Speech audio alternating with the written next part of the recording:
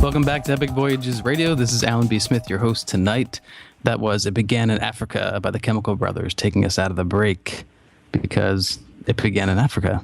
But there's a little bit more to the story, and that's why Nick Redfern is here tonight. For those of you on Instagram, I invite you to follow us at Epic Voyages Radio, and you can also follow me on Alan S NYC at Alan S NYC. And I also put out a new blog recently called halflightblog.wordpress.com if you want to check that out. Oh, and again, if you have the need to report a paranormal experience and get it investigated by legit qualified researchers and investigators, you can go to our website, www.epicvoyagers.com, and click on Report a Case. From there, and you can detail what the experience was for you, whether it was a paranormal haunting, a UFO sighting, an abduction, which would not be a very good case, but hopefully if that's the truth, then it wasn't a bad experience. But anyways, you can report there, and our president, Ken Cherry, will look into your report and get back to you. He was the former Texas MUFON director, and also the author of Mark Slade Investigates the Stephenville UFO, which is a great read. Whether you're into UFO, ufology, paranormal, cryptozoology, whatever it is, if you're into that, you're going to love this. If you're not into that, you're going to love the book. It's really good. Let's see. Getting back to Nick. Oh, man. Okay, so basically what Nick is saying is that we have somewhere along our history, our DNA was essentially spliced with alien DNA.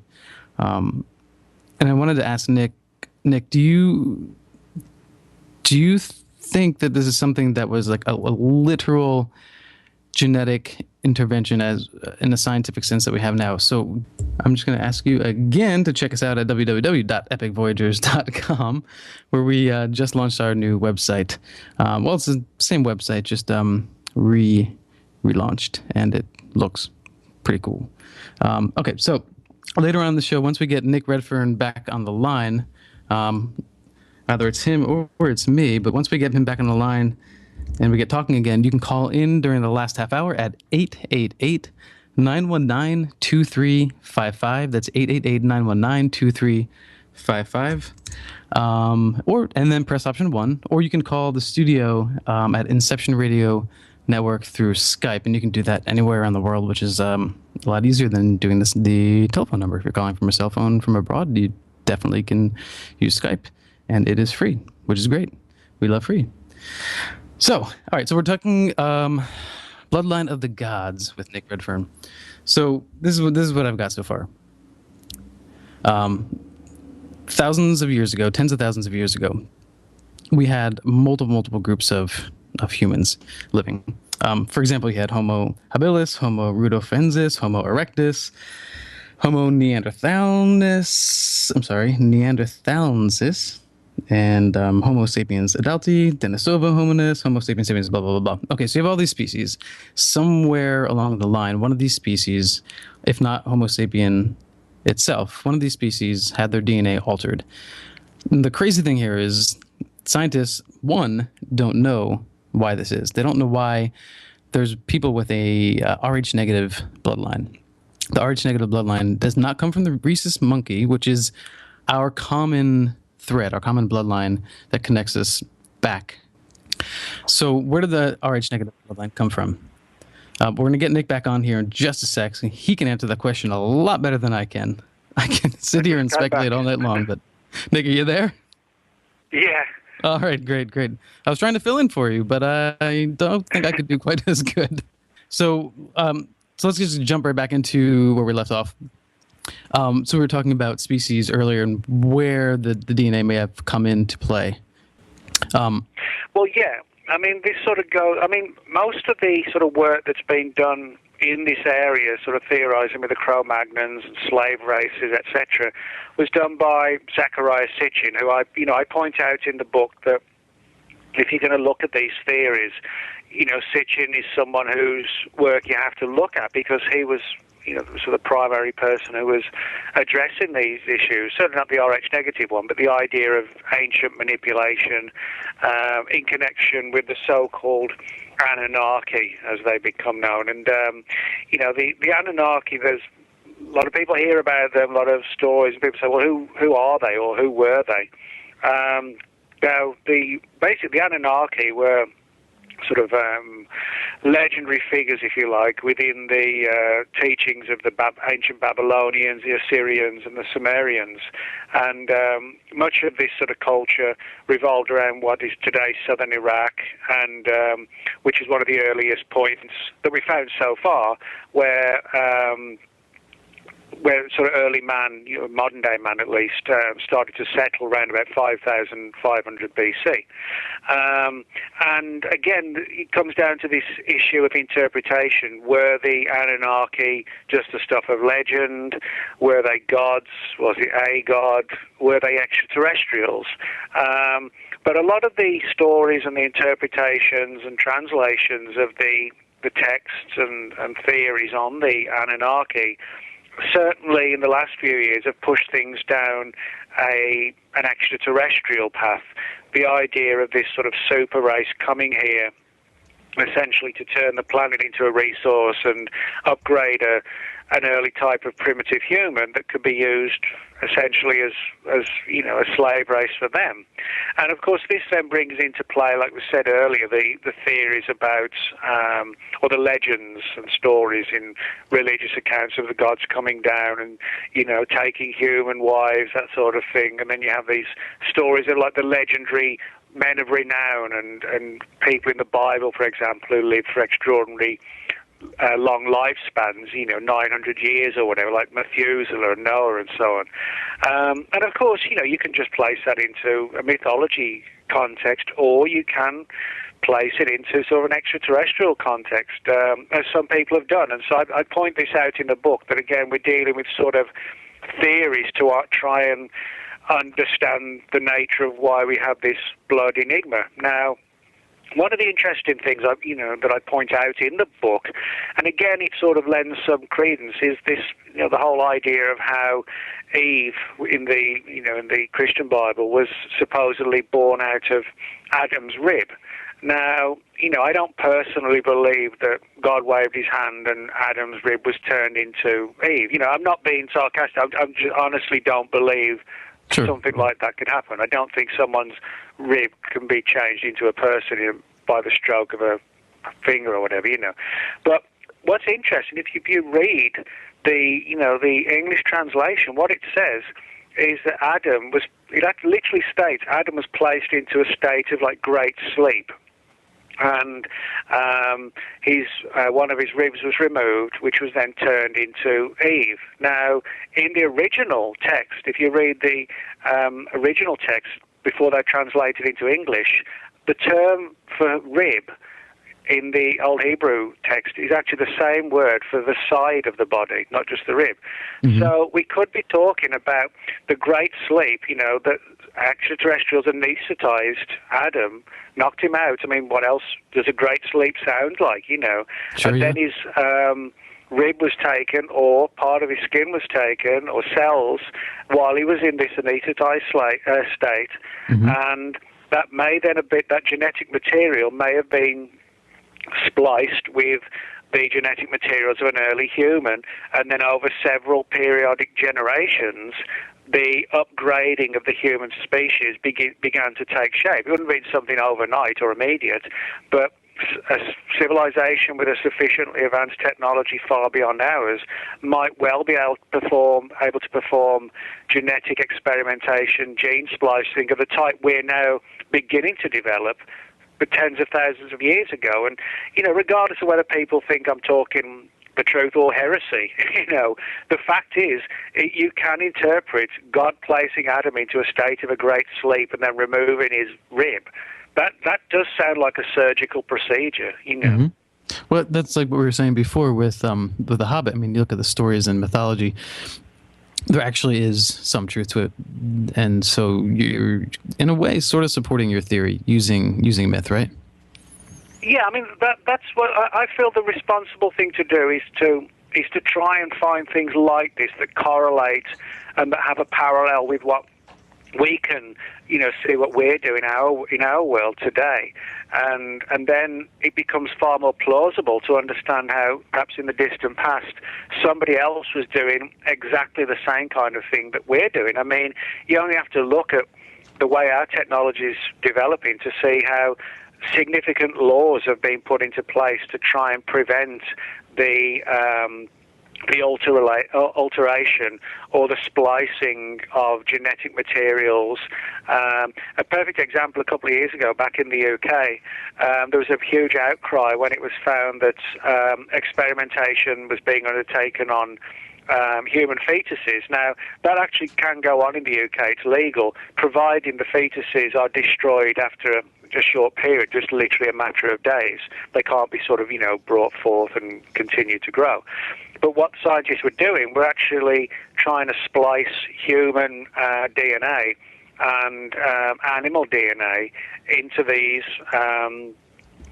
human fetuses, and there was a huge outcry, with claims of we're going to create like Frankenstein, type monsters or whatever, and so they were curtailed even more. But inevitably, being the human race and who we are, one day it'll happen where some rogue professor or whoever essentially gives the middle finger to authority and the laws, and somebody starts dabbling and creating things that nature has ensured doesn't exist, and inevitably when that happens, nature kicks back. And so I think there could be dangers ahead for us.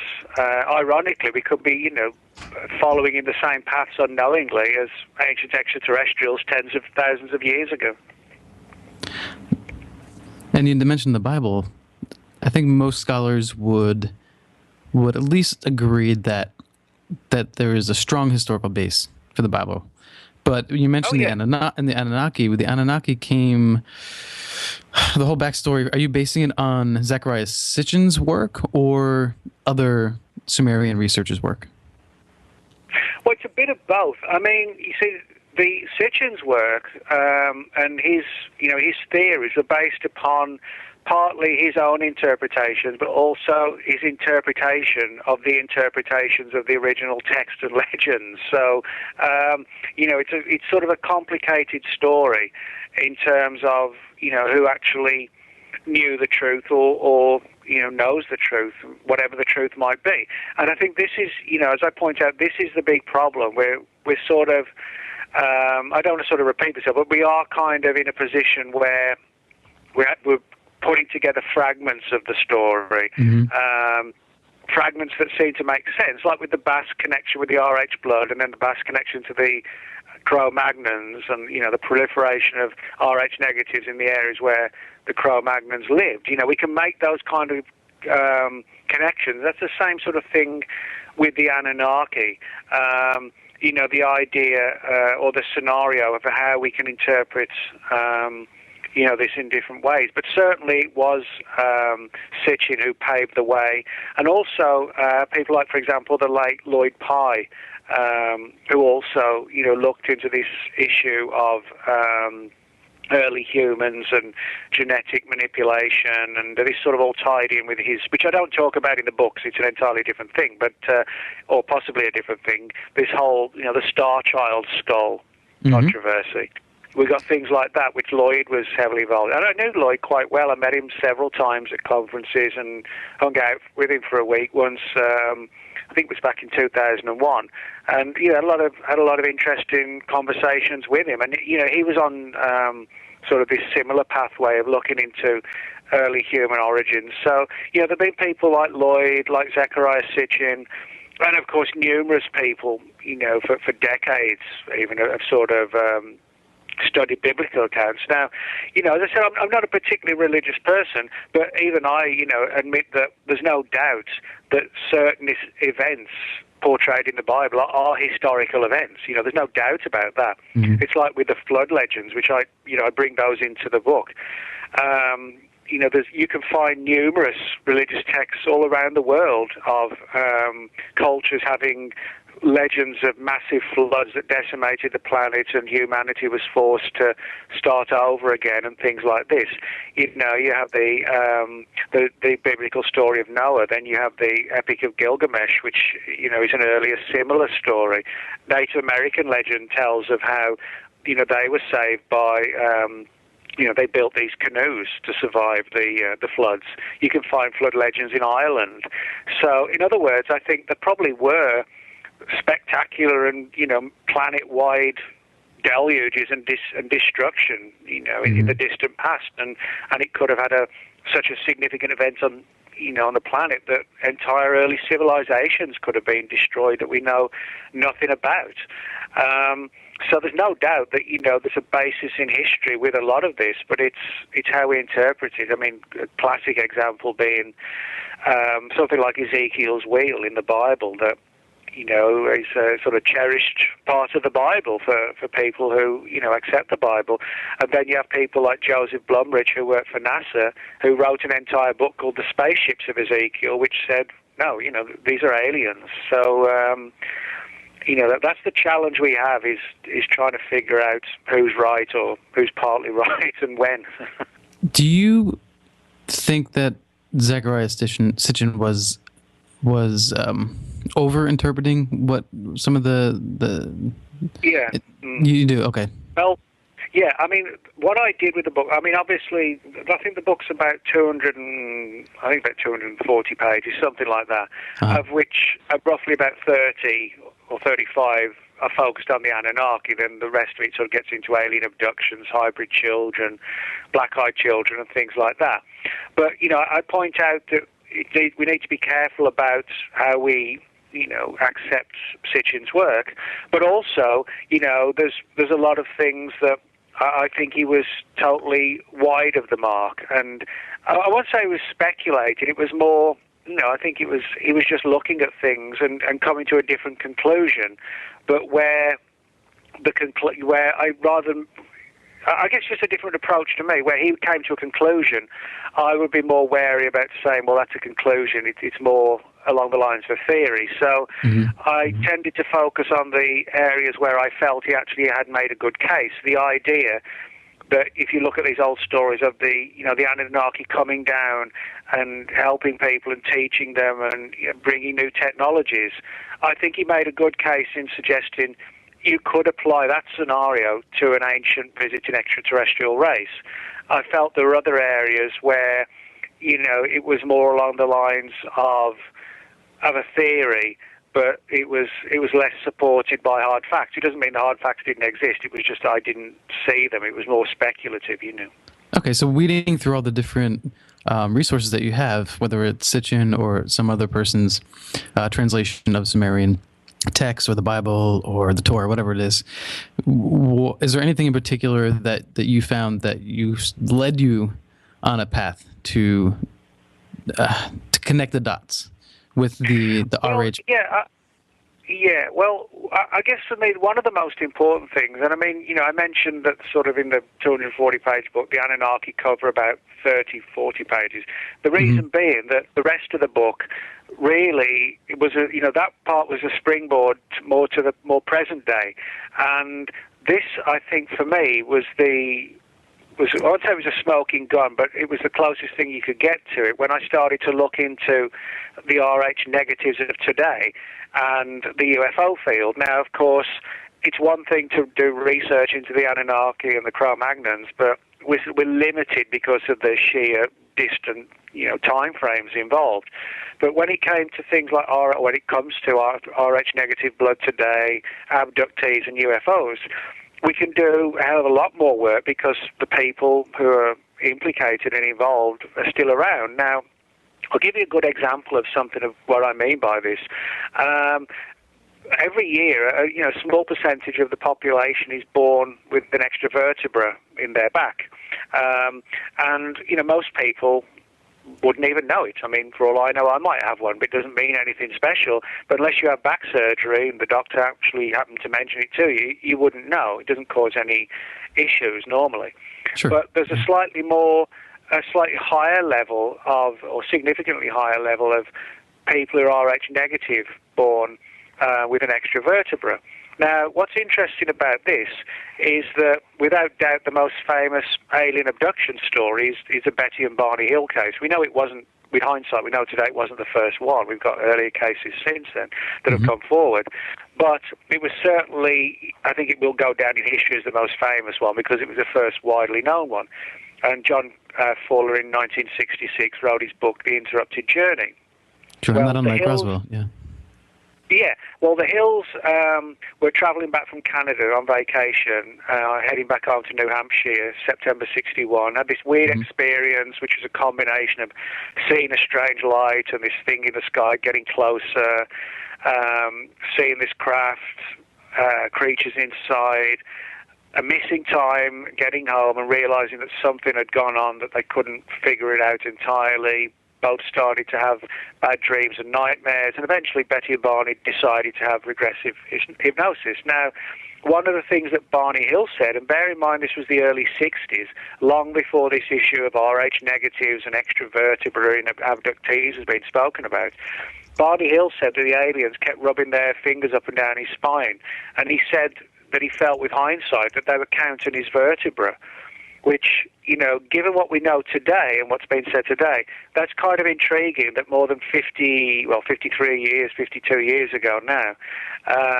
Barney Hill was talking about something that fits sort of eerily into that thing that's going on in the Rh negative world today. So it was things like that really, for me, is the more significant stuff, because it demonstrates, you know, things like this demonstrate connections between the Rh negatives and major figures within ufology.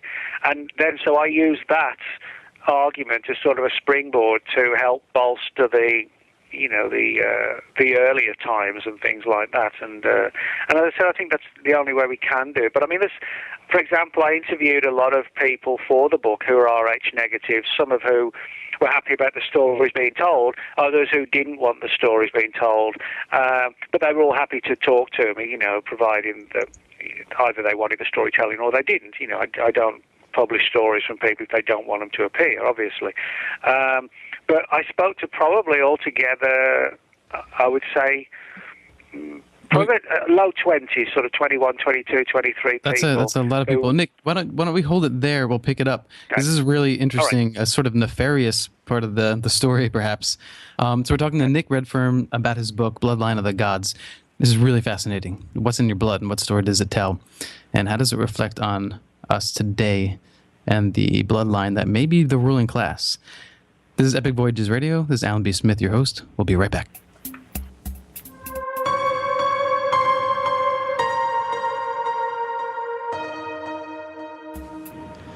Welcome back to Epic Voyages Radio. This is Alan B. Smith, your host tonight. Our guest is Nick Redfern, prolific author.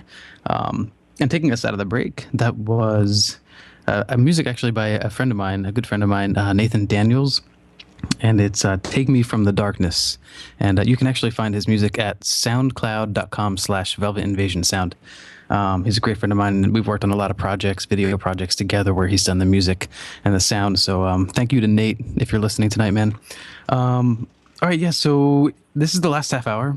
So I'll talk to Nick for a couple of minutes, and then your chance to call in. So call in is 888-919-2355. That's 888-919-2355. And press option 1 to connect to the studio. Our producer Joe is waiting with bated breath, I'm sure. And yeah, so Nick, let's I want to ask you before we get into the whole abduction hybrid thing.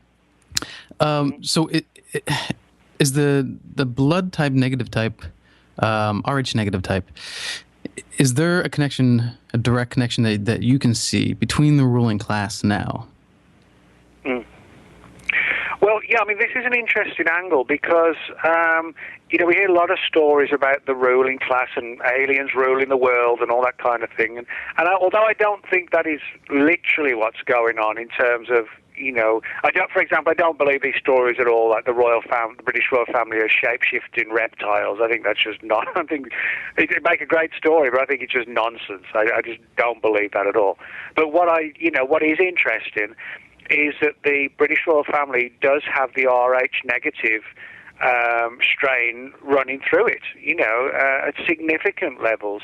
And so, and I don't think this is coincidence. Now, the average person who's Rh negative, they just, well, I'm Rh negative, it's no big deal. It's just my blood's different to somebody else's. In other words, they're not part of some secret order that knows or suspects the true origins. They're just like the rest of us. But I do wonder if this sort of almost like a desire to keep this particular bloodline in place with, for example, like the royals, if maybe there's some sort of understanding or knowledge that this bloodline has sort of elite origins and there's a need to preserve it. So in other words, as I point out in the book, we could have a sort of bizarre and surreal situation where maybe the aliens, obviously they're not ruling the planet, well, we would know. But what if they're almost like ruling by proxy? Their closest living offspring, are the real power figures on the planet, and we find a lot of stories of powerful figures throughout history who were Rh negative. Perhaps the most notorious, talk about the royals, perhaps being the most famous one. Certainly the most infamous one would be Lee Harvey Oswald, who was Rh negative, and funnily enough, so was his wife Marina. Went all the way to Russia and found a wife who was also Rh negative, just like him, and he changed the course of history, allegedly, if it was him. So, in that sense, we do find key figures within, human history who are Rh negative and have had profound effects on the world stage, and maybe that's not a coincidence. So one would think then that one way to determine whether there's actually some validity to that theory is that if only 15 or 10% of the population is Rh negative, but 75% of those who are in control, the ruling class, or people who have, I don't know how you would categorize that, but people who have moved and changed the course of history, if 75% of those people were Rh negative, then one would have to say, wait, something actually might be going on here, right? Well, you're right. Maybe something is going on. That's sort of the key to it. Is that one of the things I talk about in the book is that we could be dealing with sort of very ancient lineage that harks back to the days of the Cro-Magnons, and then as human society became more civilized and sophisticated, I point out in the book how there are parallels between, for example, like ancient Babylonian stories of things like incubus and succubus, which with hindsight sound very much like today's alien abductions, like supernatural entities invading people's bedrooms, etc. Probably the most famous one, this supernatural entity that some religious teachings say was Adam's first wife, Lilith, who would break into people's homes and steal men's sperm to create these bizarre half-human entities that were sort of half demonic from Lilith. And you can place these stories of Lilith and, her demonic offspring or hideous offspring as being very similar to today's abduction stories. So, in other words, to get to your point, yeah, we're seeing something that could be a very ancient lineage being gone on through the generations, through Babylonian times, through the Middle Ages, then through to abductions today. And we're actually seeing, even the last 30 or 40 years, how significantly the abduction phenomenon, and this issue of genetics has changed so much as well. Back in the 60s with the Betty and Barney Hill thing, there were suggestions with that case of like a reproductive sexual angle. Same with the Hickson and Parker famous abduction at Pascagoula in 1973. Then we had Bud Hopkins with his Missing Time book in 1981 talking about missing time abductions, and again a genetic component. That went on through the 80s. Then in the 90s we started to hear these stories about, early 90s, like hybrid children and hybrid babies that people were seeing, allegedly sometimes on UFOs. Very often, in a lot of the cases I've got, it's sort of like underground bunkers and installations and things like that. And then the most recent addition to these hybrid children, hybrid baby scenarios, a very creepy black-eyed children phenomenon, which, you know, the name speaks for themselves. They're sort of like thin, pale, human-looking, but have these black eyes. They look like a kind of a cross between us and the Greys. So, you know, we can actually make a good case that's exactly what's going on, sort of a refining of the bloodline and a continuation of this unique bloodline. Okay, great. And if you have questions for Nick, you can call in. Once again, that number is 888-919-2355, 888-919-2355. And that is option 1 that you would press to connect you to the studio. Okay, so Nick. All right, so I'm wondering, we're saying aliens, right? What kind of aliens are we talking about here? Do we have any idea? Is there Yeah, well, that's a good question. I mean, if you look at the vast majority of the accounts of sort of the Anunnaki and the gods coming down and, taking human wives and things like this, the clear implication is that we're dealing with something that at the very least was humanoid and compatible in some respects, even if it meant relying on genetic manipulation and splicing and things like that. Now there are some students of the Anunnaki who believe that the legends were more suggestive of them being sort of reptilian type in nature. And this sort of goes back to other ancient, well, not necessarily deities, but sort of legendary figures like Quetzalcoatl, things like this, where there are suggestions of a reptilian nature. And I actually got some stories which I talk about in the book from RH negatives who said they were taken to these underground installations and they saw like these 7.5 foot tall lizard-like creatures. And I mean, this is without doubt, one of the most controversial aspects of the UFO abduction phenomenon. But I mean, I always say to people that the most important people in the UFO phenomenon are the witnesses, because without them, we've got nothing to go on. And when you hear stories time and again from RH negatives saying that they saw reptilians and it was in an underground bunker, not on a UFO, I can't tell you how many times I've heard that kind of motif with all those angles in. And you have to really listen to people because that's what they're saying. But of course, now the Greys, the Greys clearly look different from the reptilians, and I don't think anyone would suggest that the Greys were the Anunnaki, which were described as something far more, almost like a Superman type figure. I do sometimes wonder if the Greys, and I speculate in the book on this, whether the Greys could have been sort of created biological robots like worker drones to continue the work, possibly after the Anunnaki left or whatever these entities were. So, in that sense, we could be looking at something along the lines of like a caretaker type race that continues this genetic program. Okay. So, all right. This sounds a little bit like some of the things that David Icke has said. Have you guys ever talked to each other at all?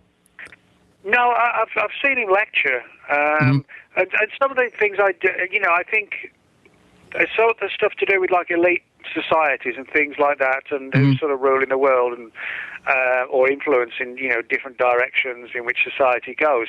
I actually am in agreement with him on a lot of those issues.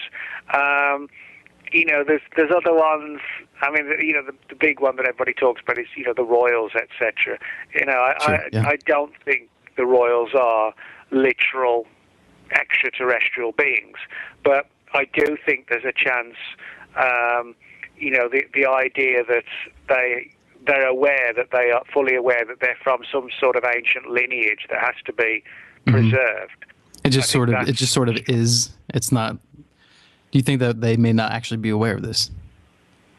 Well, I think they're aware of it, and they may be, even on the inside, there may not be full knowledge of, what the ancient history actually is. But I think they understand enough to know that there's a need to preserve this sort of elite bloodline, that it's important, right. And it has a place in history that needs to be, from their perspective, continued and maintained. So I Nick, think it may be more. Yeah.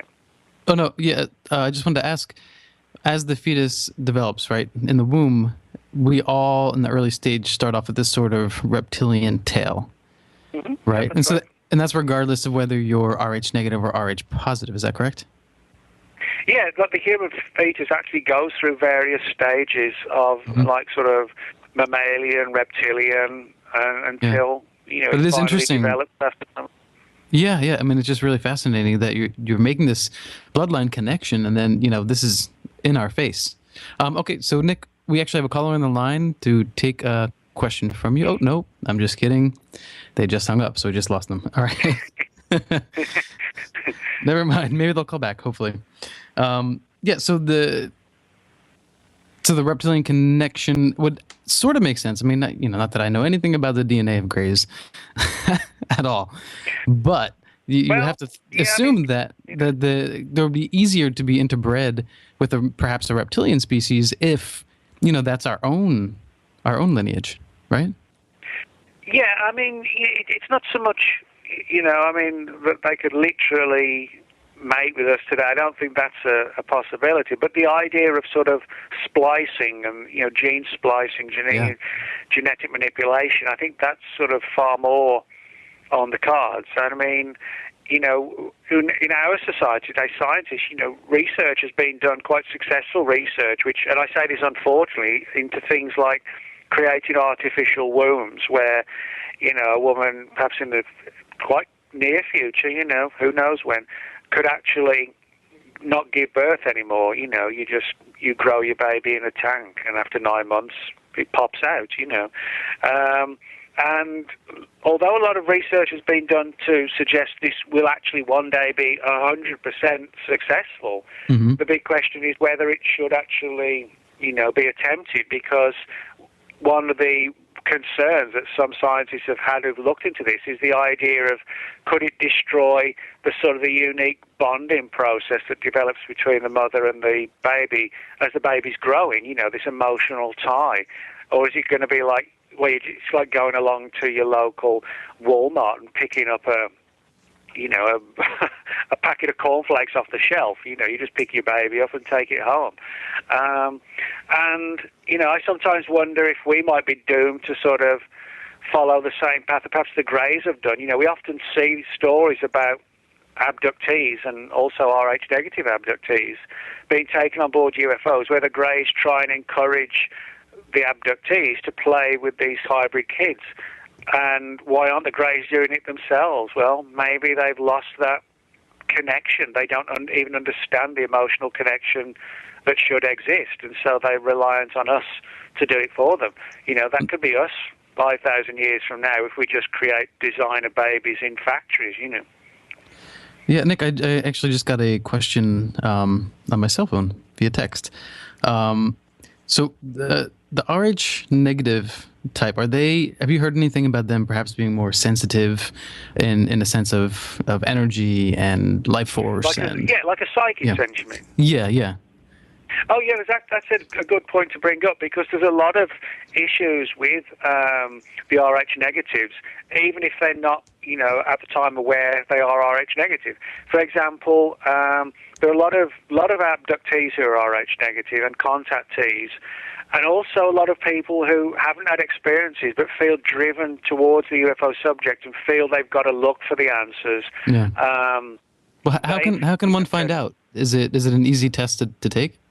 Oh, yeah. You can actually, a friend of mine bought a kit online for a very cheap price. Friend of Mike Cleland, his name is. He's done a lot of abduction research, and he had a lot of weird experiences involving owls. Some people think like images of owls around a UFO experience. It's like a cover story created by the aliens, to mask what really happened. And so Mike had all these weird experiences and got himself a cheap blood a kit to basically find out what blood group he was. And it turns out he was Rh negative. And then you just mail it. Like that.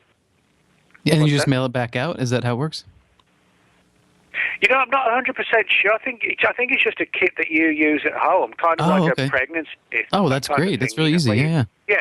Yeah, that's what Mike did. He got he got a kit and checked it out. But we find this a lot where people who have had experiences before they even know they're Rh negative, and so there's a lot of strange things like that where, as I said, people feel drawn, and also there's this issue of not just being drawn to it, but becoming significant figures within the community. For example, we're talking about issues that are dealing with the distant past and ancient aliens, ancient civilizations, things like that.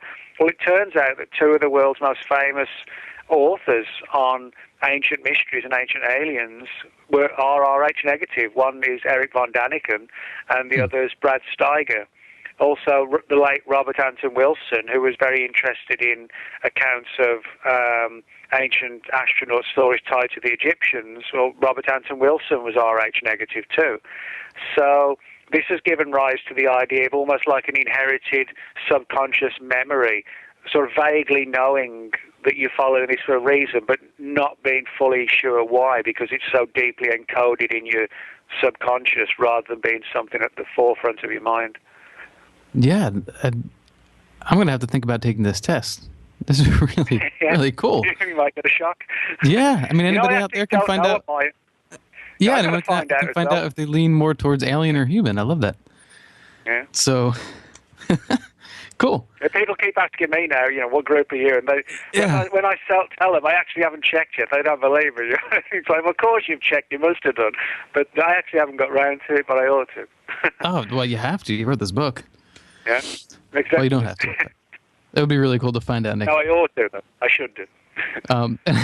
And the positive blood types on the opposite end of the spectrum here, is it true that they're actually more susceptible to infections and allergens and bacteria, etc.? Lowered, I don't know, I guess immune system? Have you heard anything about that? What, the negatives? The positives. Is that what you said? The negatives actually have a stronger resistance to certain medical conditions. Now, there are one or two things on the opposite side of the coin. Well, on the positive side also, they recognize as having slightly lower than normal blood pressure of 120/80, which is normal. But if it's sort of 115/1, like 75, that's really good, 120/75, 115/75. But they also have sort of a noticeable inability to tolerate really hot temperatures and direct sunlight. A lot of stories about Rh negatives who had UFO experiences, and then had questions put to them about medical health, and a lot of them suffer from hives in hot temperatures, as if for some reason they're just not built for extreme temperatures. Other people can tolerate them. They have a lesser ability to do that. So there's things like that as well. So I just had an inquiry by Sky33 from the chat room. He was wondering, I think I got this right. I wonder how common it is to have your half of your siblings to be Rh, and can half be Rh negative, could half be Rh positive. Is that a possibility? Well, that actually is an interesting point. That can happen, yeah. And there are actually some hazards with pregnancy with Rh negatives. For example, if you've got, let's say, an Rh positive woman and an Rh negative man, and the woman gets pregnant, now that doesn't always cause problems. The reason being that although the fetus obviously gets its nourishment via the mother's body, but a lot of people don't realise that the bloodstreams of the mother and the unborn fetus, the bloodstreams don't cross. That the blood stays totally separate. That's one of the unique things about pregnancy. However, if, like for example, there's a procedure called amniocentesis where, say for example, there's a need to check on the baby. In simple terms, it's like a needle is inserted and, blood can be taken from the fetus and it can be examined. Now, if that happens, and if during the procedure some of the baby's, or the unborn fetus, the blood, gets into the mother's bloodstream and the two cross, then that can be very dangerous because the mother's immune system views the negative blood, if she's positive, as, no pun intended, it's viewed as like alien, and the mother's immune system begins to attack the unborn fetus. Now, fortunately today, there are drugs to combat this, and so providing it's sort of, nipped in the bud, so to speak, that's really bizarre, right? No, it's very bizarre, and doctors actually warn, if a woman's had one pregnancy and there's been an issue and it's caused problems, and the woman's had to go on drugs to prevent her body from killing the baby, the doctors often warn the mother, don't have any more children, because with every successive birth or pregnancy, every successive pregnancy, the mother's body becomes more and more stronger when it comes to trying to kill the fetus. So, you have to be very careful. Not always, but sometimes you have to be careful with the crossover between negative and positive. Not just, as I said, from different groups, but from this problem with the bloods actually, mingling between mother and the fetus. Sure, man, this is so fascinating. Nick, what website should you direct people to? If people Google Nick Redfern plus World of Whatever, that's the name of my blog, and that'll show you the link. But the actual address is Nick Redfern Fortean, which is Fortean, nickredfern.blogspot.com. Or people can find me at Facebook, Twitter, the blog as well, obviously a bunch of other social media, but the main ones are the blog and Facebook and Twitter. Cool. And then the blog, is that the latest website? Because I know you had several going on. Well, actually, I've got a bunch of old ones that are archived, but the one that's called World of Whatever, that's the one I've sort of exclusively used for about the last 3.5 years. And I also write regularly for an Australian website, Mysterious Universe. I usually do at least an article a day for them. So. Okay, very cool. Yeah, Nick, thank you so much for coming on the show. This is endlessly fascinating, and I hope we get to pick it up sometime in the future. Well, thanks, Alan. You had a good time. We covered a lot of ground, from terrible TV shows to Alien Blood. So. We did. And besides Alien Blood, you had a couple other books coming out as well, right? Yeah, well, coincidentally, because I do a lot of books, I guess it was inevitable at one point, because I'm with different publishers, that they'd all put the books out together, and that finally happened. And so, at the same time, I've got the Bloodline book out now. I've got another one on one of my other big interests, cryptozoology, called Chupacabra Road Trip, which is like a diary-style book on my hunt for the Chupacabra. Okay, great. Thanks, Nick. Again, we're going to wrap it up here. Thank you so much. Alrighty. Everyone, check out his website.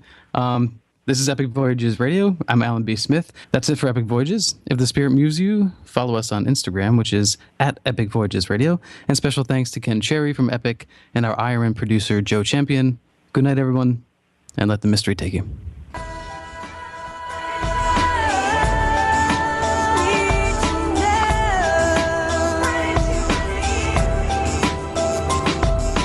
Thank you for being with us tonight.